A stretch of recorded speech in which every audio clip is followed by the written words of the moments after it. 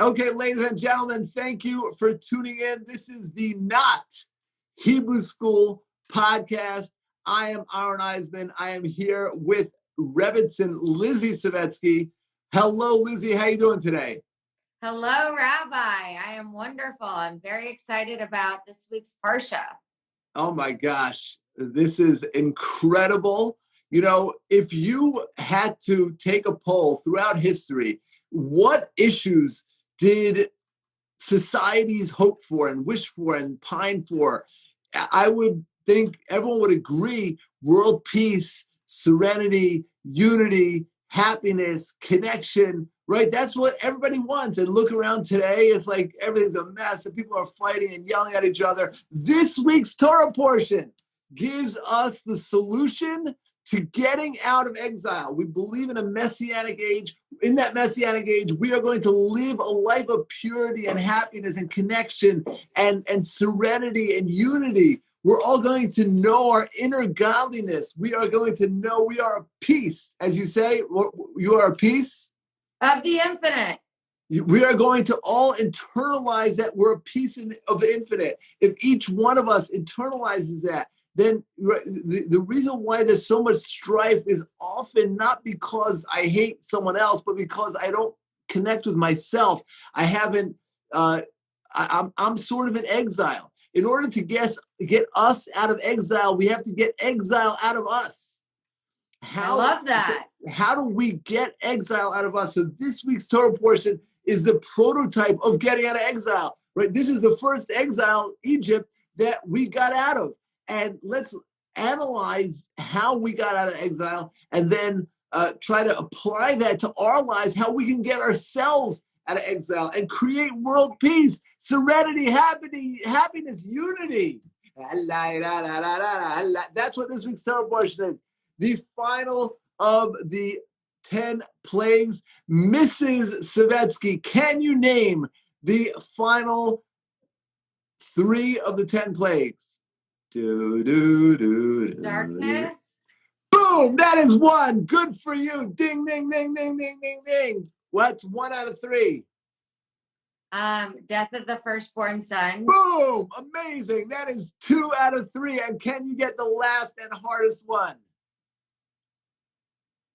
I don't know. Yeah, that's a tough one. Give a guess. Go ahead. Disease? I don't know. Okay. Well, disease is actually still now.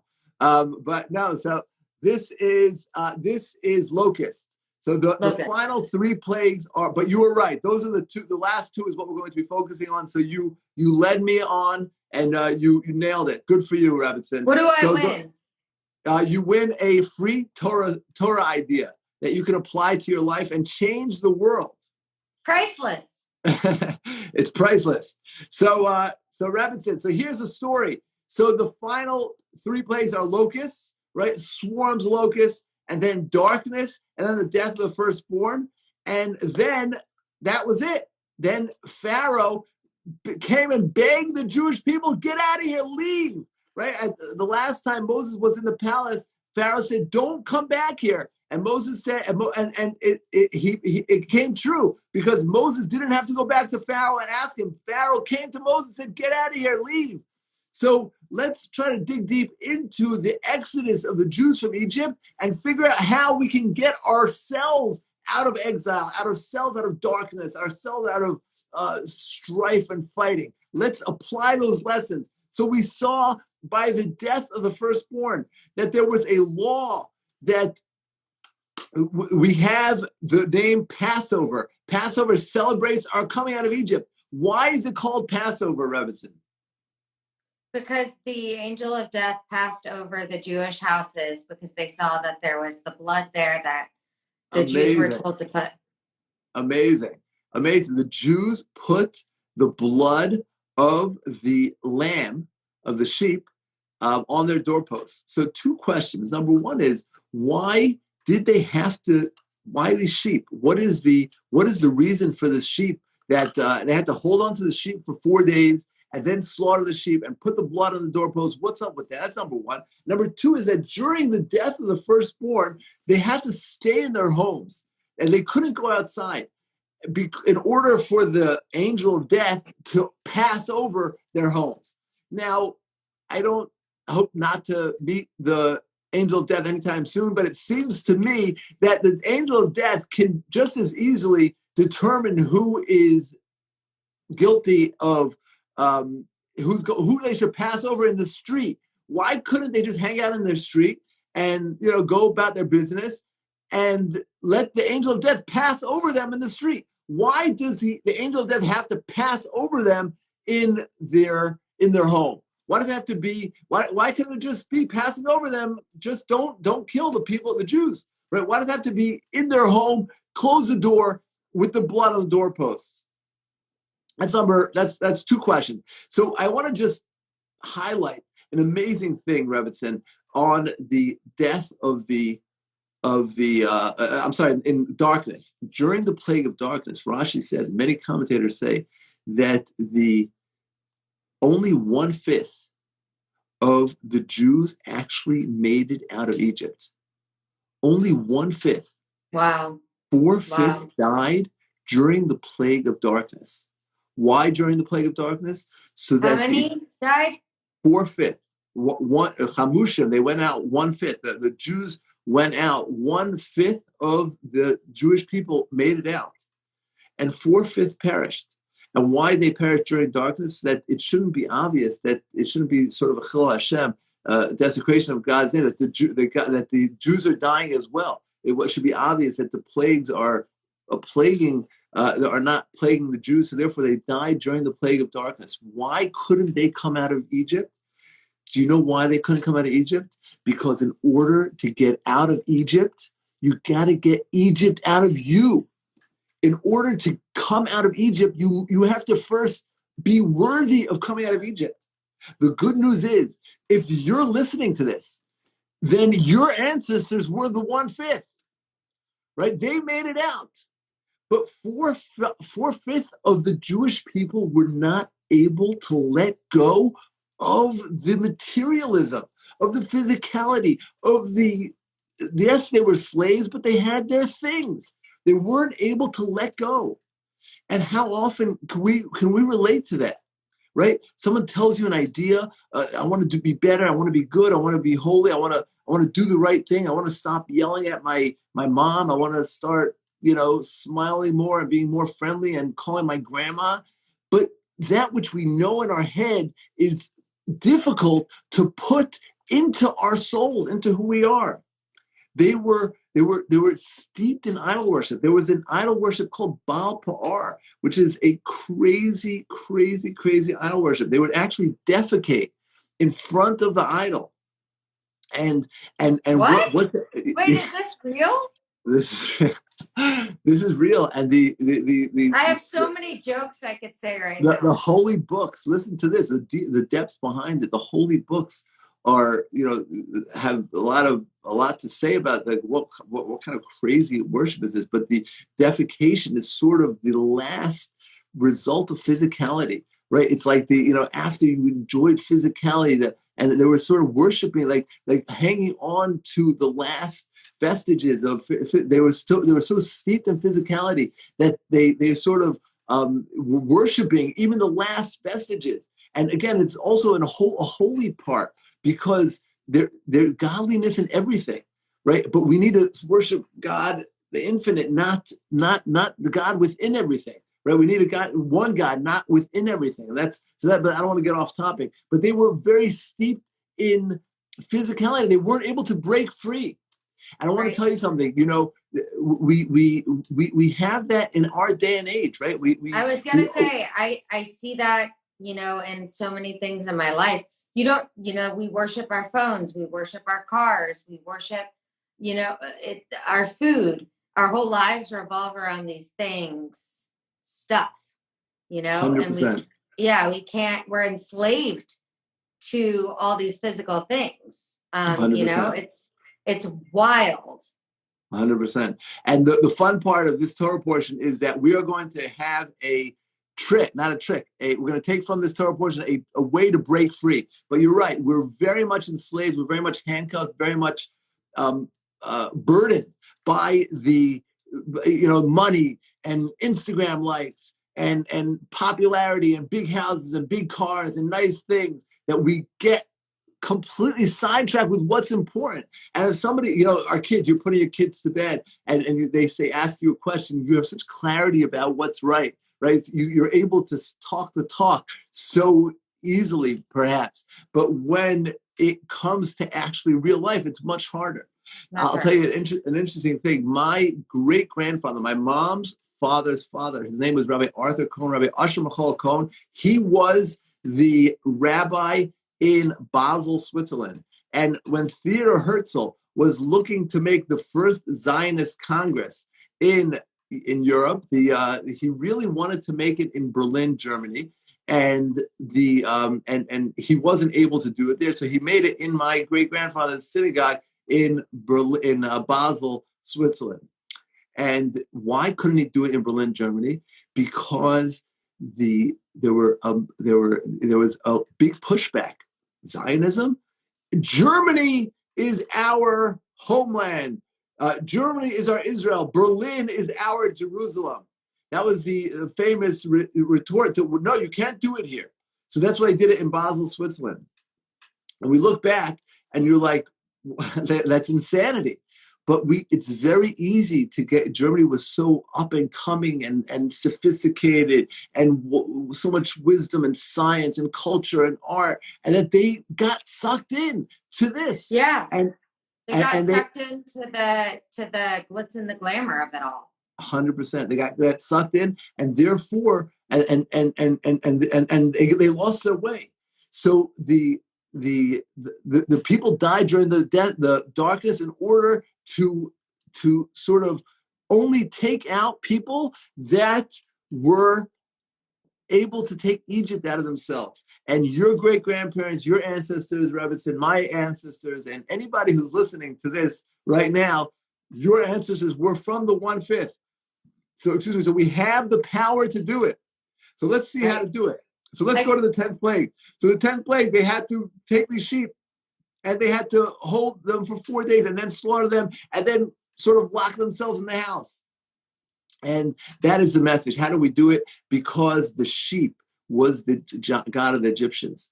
They worshiped the god of the Egyptian god was a sheep. And they had to take the sheep. And in this culture, imagine they're worshiping it for 210 years. The culture around them was worshiping it. They had to hold on to it for 4 days and then slaughter it. And then take the blood and put it on there. This is sort of like a capital crime to destroy a sheep. But by doing that, they were indicating they're taking Egypt out of the Jew. They're slaughtering the sheep of the Egyptian. And listen to this. I'm going to ask you a riddle. You ready? I'm going to say a word, and you tell me the Jewish equivalent. You ready? Church. Synagogue. You are 100% wrong.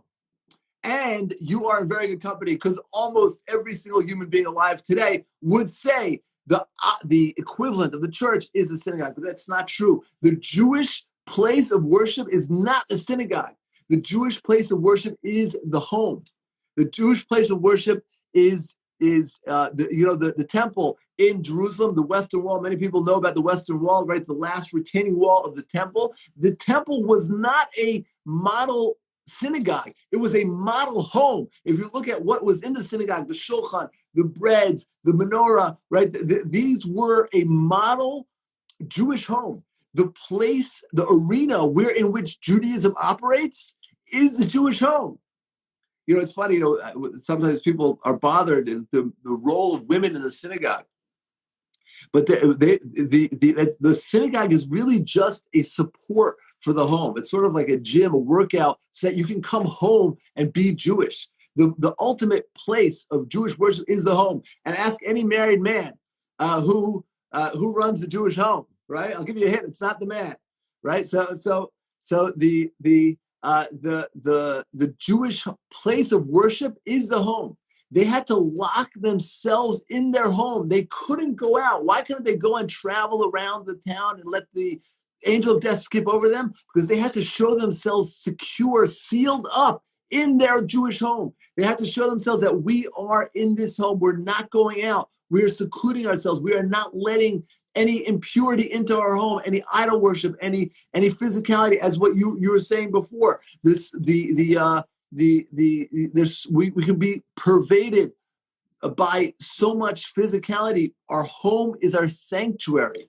Our home, we have to be so careful with what we bring into our home. When parents are running a Jewish home, they're like the high priests running the synagogue, right? Running the temple. We have to be careful how we talk, how we dress, what we say, what kind of books we bring into the home, what kind of attitudes we bring into the home, what kind of people we bring into our home. Our home is our sanctuary. So the Jewish people needed to get Egypt out of the Jews before they could take the Jews out of Egypt. How do you do that? By slaughtering the God of the Egyptians, and by secluding yourself in the Jewish home, by saying that we are separate. We are not allowing the Egyptian culture to pervade our home. So that is the punchline of how the Jews got out of Egypt. They got out of Egypt by taking Egypt out of the Jews. And that is the punchline. We need, and if we want to get out of exile, if we want to have world peace, we want to realize who we are. We want to connect to humanity. You want all of humanity, all 7 billion of us, to be unified and happy and one and serene and united, and realize our true inner greatness, our true inner godliness is we have to take exile out of us. Before we can be taken out of exile, we need to take exile out of us. But the big question is, how do we do that? It's nice to say it, but how do we do it? What do you say, Robinson? I say that the idea is to see God in everything. And there's a really beautiful thought that I learned from Rabbi Smith at Neve, that Torah is the truth, but the physical world that we live in is our reality. And so the goal is to be able to see truth and actualize truth in everything in the physical world. And instead of the other way around. And, because we're not supposed to we're supposed to live in this world. We're not supposed to just bury ourselves in the Torah and hide. We're supposed to remain separate, but we're also supposed to carry the message and be a light to everyone. And so it's about, recognizing first within ourselves that everything has a greater essence than just its physical part, and then bringing that to the rest of the world. Amazing. Absolutely amazing. Rabbi Victor Miller says a very, very similar thing. That's what we'll end with this. The secret to getting exile out of us is Moses' State of the Union address to the Jewish people as they're about to exit, as they're about to leave Egypt. Moses says, you are about to leave Egypt. And the second verse says, you are leaving in the time of spring. The question is, why does Moses have to highlight that they're leaving in spring? First of all, everyone knows they're leaving in spring. And what is the message that he tells them, you're leaving in spring? Why is that important for them to know that? That at this pivotal time, he says, this is springtime. It's like a weather report. This is springtime. And furthermore, I have another question. We celebrate our going out of Egypt every year in the springtime. The reason why we have a calendar, we have leap years, is in order to ensure that every single year there are religions where the holiday travels. I think Ramadan, right, goes around the year. Something like spring, fall, summer, winter, right? It goes around the year. We have a commandment that Passover has to be in the spring, and that's why the whole leap year, like this year, is in order to make sure that Passover doesn't travel, but it's always in the springtime. What is the message by having Passover always in the spring? And what is the message that Moses is saying, that it's a springtime? Notice that it's the springtime. And it's exactly what you're saying.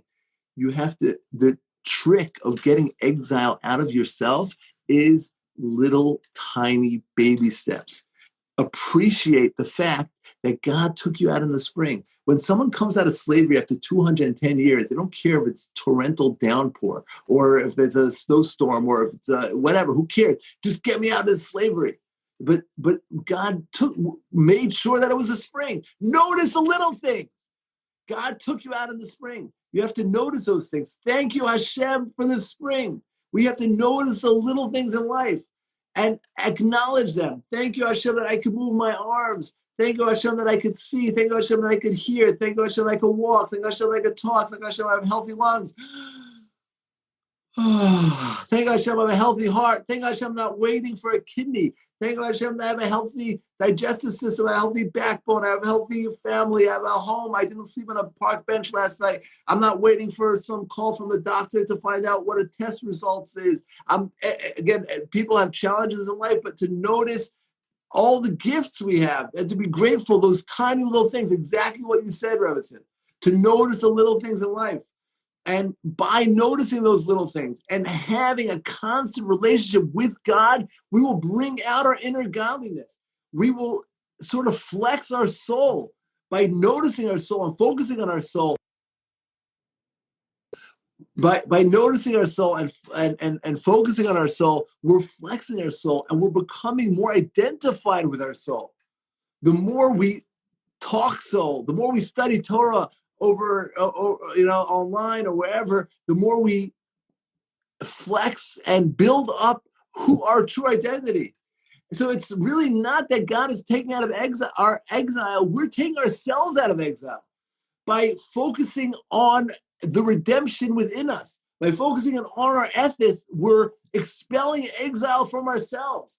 We're empowering ourselves to get ourselves out of exile by looking out into the world and connecting to God. And God is such a reality in our lives. It's such a true thing in our lives by looking at other people, not as a doctor or a lawyer. Oh, look how much he's worth. Look how much she's worth. Look at she's got 3 degrees. He's got 4 degrees. But we look at people. Look, they're a piece of the infinite. Right. You're a piece of the infinite. Right. You're a piece of the infinite. It's so true. Yeah, it's so true. And I think a lot of times, even in Judaism, somebody just asked me about, why I dress the way I dress or whatever. And I think I wanted to just comment on that because I think it really relates back to this, that, I think even in Judaism, a lot of times we look at what everyone's doing on the outside, and that's not what we should be doing. We shouldn't be comparing and contrasting and judging. I think we should be seeing the good, looking for the good stuff, and taking that and seeing the godliness and the infinite and the piece of the infinite in everything and in everyone. You can always look at things 2 different ways, but if we look for the godliness, we'll feel godly. 100%, 100%. And it's like, it sounds, come on, it's got to be harder. I mean, it sounds too easy, but it's really not. That's really what it is. It's Rabbi Victor Miller says that the difference between a great person and a non-great person is how often they think about God, how often, how often they're and when you're raising children, it's even easy to talk about children but Tzaddik says, listen to what you tell your children and then tell it to your inner child. Right. So like, you tell a kid, lose a soccer game. Oh, you can do this. You got this. Don't worry. Next time, don't give up. Right. Or like, you drive your kids to school. We try to be grateful as I'm driving carpool. Thank you, Hashem, that we have a car, that we have school and school's open and we're learning Torah. And right, we try to talk, but it's important to also talk to yourself that. So that's it, that using those opportunities to baby steps. Notice the spring. That's such an insignificant thing. We're coming out of slavery after 210 years. Who cares that it's spring? The answer is that is a secret to getting out of Egypt. It's massive. The secret getting out of Egypt is those little things. The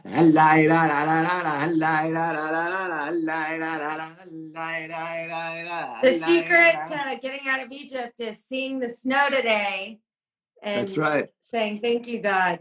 Yeah, that's not hard to see because at least for sure the first snow, and also like on a day, I guess if you're on the road, right? We're all recovering. We're gonna have a low key Shabbat, so having a little snow is not. But yeah, you see it. You see like the miracle of Rabbi Victor Miller explains how the snow sort of insulates the ground for the spring. That by blanketing it and hibernating, the ground is hibernating. So yeah, so there's millions of different things to notice, and that's a mission. The mission is to notice them.